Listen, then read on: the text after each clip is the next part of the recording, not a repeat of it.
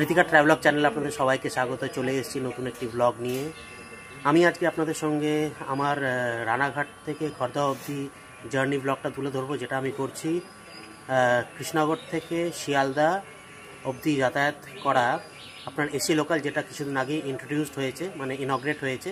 তো আমি সেটাতে আজকে ট্রাভেল করব। এখান থেকে আমি যেখানে বসে আছি সেটা আমার কর্মস্থল, হাওড়া রুটের লাইন। আমি এখান থেকে রানাঘাট যাব। রানাঘাট থেকে আজকে আমি দুপুর 1:55 খড়দহ অবধি এই ট্রেনে ট্রাভেল করব। আমার পুরো এক্সপিরিয়েন্সটা সেখানে তুলে ধরবো, দেখতে থাকুন আর এনজয় করুন আমার সঙ্গে এই জার্নি ব্লগটা।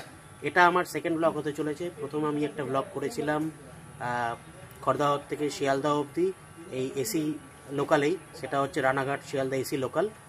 আপনারা যারা দেখেননি তারা অবশ্যই এটা দেখে নিতে পারেন। আমি কমেন্ট বক্সে এটা পিন করে দিচ্ছি, আপনারা চাইলে এটার পরে ওটা দেখে নিতে পারবেন। চলুন তাহলে রানাঘাট স্টেশন থেকে ব্লগটা আমি আবার আপনাদের শুরু করব ওই কাঙ্ক্ষিত এসি লোকালে জার্নি দিয়ে। সো বন্ধুরা, পৌঁছে গেছি রানাঘাট স্টেশনে। এখন বাজে 1:45। টিকিট সংগ্রহ করে নিয়েছি। এই যে রানাঘাট থেকে খড়দহ পড়লো আমার 100 টাকা। খড়দহ থেকে এর লাস্ট টাইম যখন ভিজিট করেছিলাম শিয়ালদা তখন পড়েছিল 60 টাকা। আর কৃষ্ণনগর থেকে আপনার শিয়ালদা হচ্ছে 150 টাকা। তো ফেয়ার ডিল। ফার্স্ট এক্সপিরিয়েন্স তো বেশ ভালোই গেছিলো। দেখি কৃষ্ণনগর লোকালে কীরকম ভিড় হয়। আর মোটামুটি 3-4টে স্টপেজ আছে এখান থেকে খড়দহ অবধি। সব কিছুই আপনাদেরকে দেখাবো। চলুন, ট্রেন আসুক। 11 মিনিট বাকি ট্রেন আসতে। ট্রেনে চড়ি, এক্সপিরিয়েন্সটা শেয়ার করবো আপনাদের সঙ্গে। এসি লোকালের অ্যানাউন্সমেন্ট হয়ে গেছে।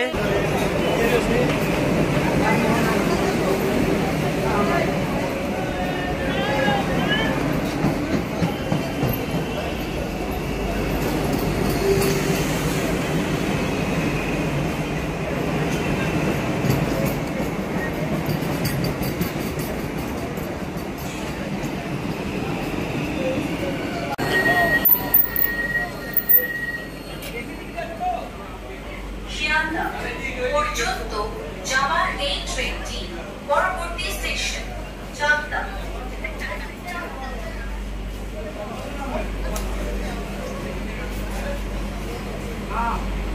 তো বন্ধুরা, লোকটা দেখে নিলেন, একই যেমনি আপনারা দেখেছিলেন রানাঘাট শিয়ালদা এসি লোকালে, এটাও প্রায় একই, প্রায় কি সবই এক।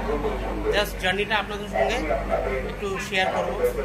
ওটা তখন খড়দহ থেকে করেছিলাম, এটা রানাঘাট থেকে করবো টিল আপনার